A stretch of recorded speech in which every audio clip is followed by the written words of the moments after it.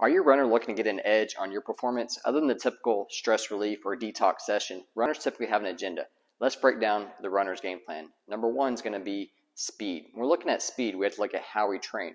For this case, we want to look at type 2 muscle fibers, your stronger, more powerful muscles. So this may include some strength training, which makes sense, but also we're going to look at the way you're training. High intensity interval training can be great. So you mix up either how fast you're going versus how slow, back and forth. That way you can get your muscles to adapt so that they can contract at a better rate, more of a faster rate, to get the contraction that you need to help get that power and that push moving forward.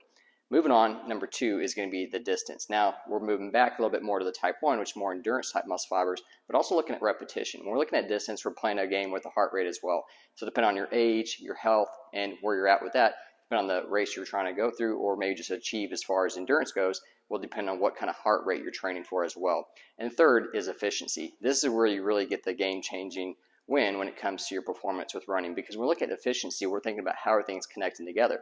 This is where you're going to do some cross training. Now there's 3 planes of motion: front to back, side to side, and rotational. And a lot of times with running, well, we're typically just going in the front to back motion so much more forward than back. So when you're looking at the cross training, you want to understand what kind of planes of motions you can go through to help break up that pattern, to get your muscles to activate better, but also get more out of your run and move forward with better progression.